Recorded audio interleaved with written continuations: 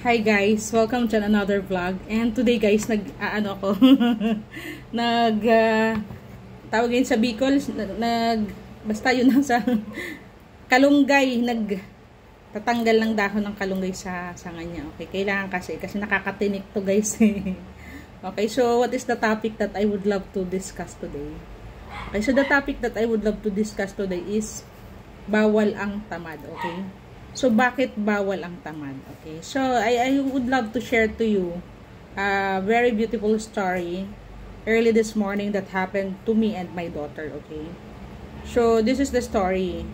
I'm waking up my daughter, Ate Shasha, around 4:45 in the morning. So, I'm telling her to get up because I already prepared the food for her. So, ito na naman si Shasha, parang tinatamad na naman siya. May lagnat daw siya. Actually, meron talaga siyang ubo at sipon. Pero the last Tuesday, tamad-tamad siya.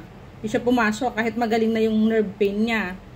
Gabi pa lang, ginamot ko na yung nerve pain niya. Nilagyan ko na ng ointment. At alam ko sa umaga magaling na siya.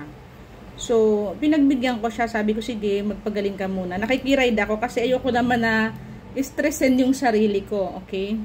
So, ayoko na sobrang galit ako. Sige, okay, magpahinga ka. Para makita niya naman na kind ako kahit paano. Diba? So, samantalang may usapan kami na dapat hindi na siya absent this week. Kasi nga, sa Friday, may importante kaming gagawin at magpapacheck up ng mata niya. Schedule yun. So, mag-absent siya Friday. So, sabi ko, as much as possible, huwag ka na mag-absent. Okay, so ganun na naman yung siguro kung nawiwili sa cellphone ang Shasha. Tapos, syempre may sipon siya, may konting,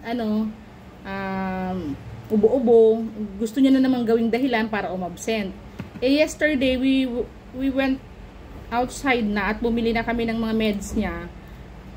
Nabilang ko na siya ng lagundi. Yun nga, yung lagundi pala, yun, forgetfulness ko. May stock pala ako dyan, meron pang laman. So, pagdating ko, may lagundi pa pala. Okay? So, yun nga yung nangyari. And then, sabi ko kay Ate Shasha, Ate Shasha, may lagundi pala dito, dapat napainom kita earlier para hindi na, ganyan-ganyan. So, tapos pagising niya sa umaga, sabi niya, Mama, may lagnat ako, ganyan-ganyan. Okay, may lagnat daw siya, so, alam ko na naman ang ibig niya sabihin. So, I checked her temperature. So, I found out that wala siyang lagnat.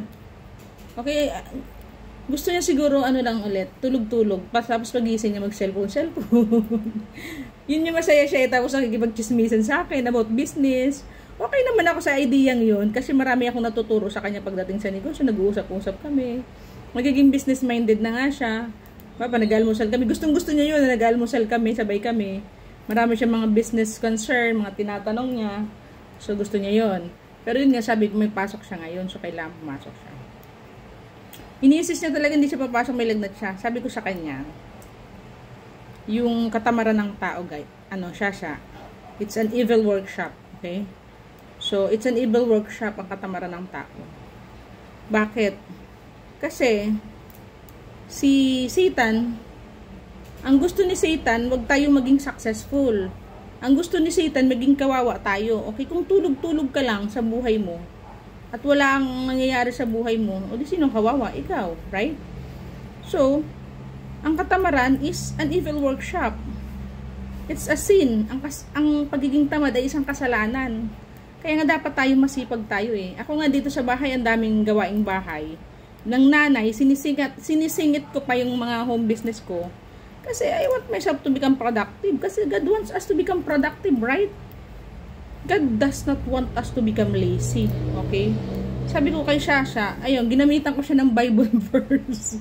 Para makumbinsi siya na pumasok. Kasi kung hindi magsisigaw na naman ako, ayoko na nun, nakakapagod yun. So, ayun, every morning, pinagdadasal ko sa Panginoon na Lord, tulungan mo ako para mapalaki kong mabuti ang anak ko. Yun ang araw-araw kong pinagdadasal, pagising ko sa umaga. So, yun nga, sinabi ko kay Shasha, nasermonan ko siya na ang katamaran ay isang kasalanan. Bakit? Nasa 7 sins yun eh, yung palegas, guys. So, what are the 7 sins? The 7 sins are number 1, pride. Diba? Okay? Number 1 sin yun eh. Pride. Ano pa ang R? Kalimutan ko ang R, oh. Ay, sa ano pala guys, sa Palegas pala guys, sorry, inaano kong pride. Palegas, number 1 guys is pride, okay? Sa Palegas, number 1 is pride. Okay? And number 2, ano yung pride? Yung pagiging lagi kang tama, sa tingin mo magaling ka, pinakamagaling ka, 'di ba? And number 2 is what? Avarice. Okay, so what is avarice? Yung nagiging greedy ka. Ayaw mo mag-share ng blessing, gusto mo sa'yo lang lahat ng mga wealth na nakukuha mo.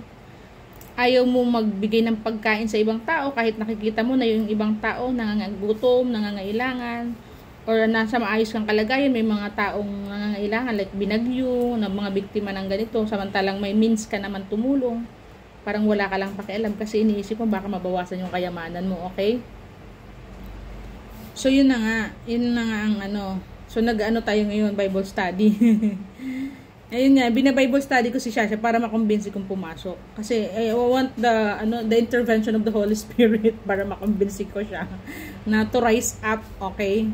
And then another thing is and last, okay? Sa Palegas, PAL, last. Pagiging malaswa, guys. Ayan, isang kasalanan yan, guys. Lalo yung mga lalaki or babae na mahilig manood ng mga movie na mga hindi magaganda. Kasalanan yung guys. Tapos pakatapos yung utak nyo napupulot na ng ganun. Kaya nagkakaroon ng mga cases ng pang-aabuso sa babae or sa, hindi walang pinipili. Kasi kakapanood ng mga bastos na palabas. Or, yun nga, pag-engage mo sa sarili mo sa mga lustful things, okay? Isang kasalanan yan sa Panginoon, okay? So, mali yun. So, it's a kind of deadly sin, guys. It's a deadly sin, okay? Another thing is envy, okay? Yung pagiging... At ayun na nga, guys. Nandun na tayo sa envy. Pagiging mainggitin, okay? Pag mainggitin ng isang tao, masama yun. Halimbawa, nakita mo yung kakilala mo bumili ng kotse, nainggit ka, bibili ka din ng kotse, kahit hindi mo naman kaya. At ano din yun, devastating din yun guys eh. Kasi if you do not have the means naman talaga to buy for that particular purchase, 'di ba? So, ikaw din ang mahihirapan at kasalanan din talaga yung guys. Okay? So, ayun na nga.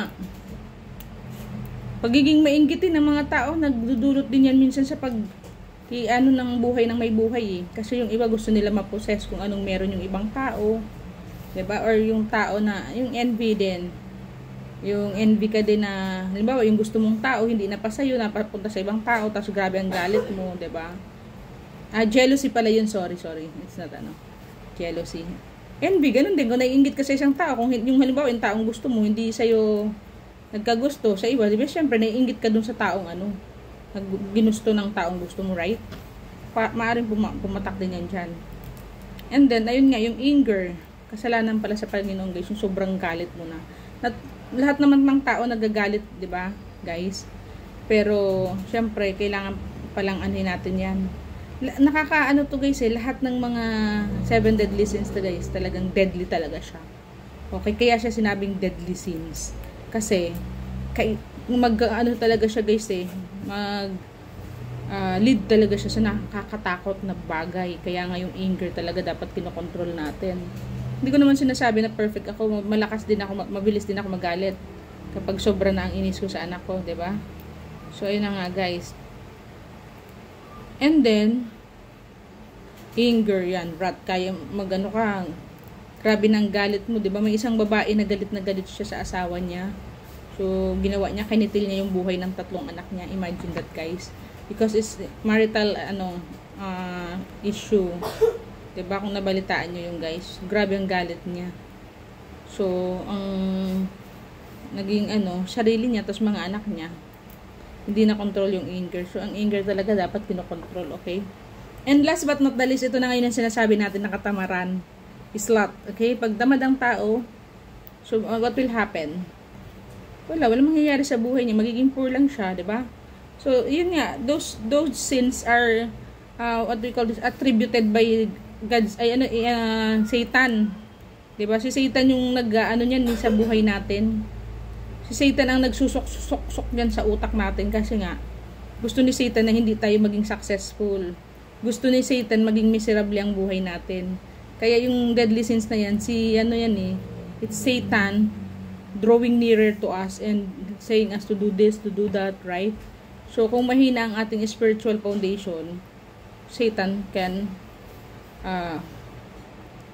possess us, right? So, ayan, matutulog ako, imbis na magpunta ako sa school, ganyan-ganyan, or hindi ako magtatrabaho ngayon kasi tinatamad ako, sumali yung guys.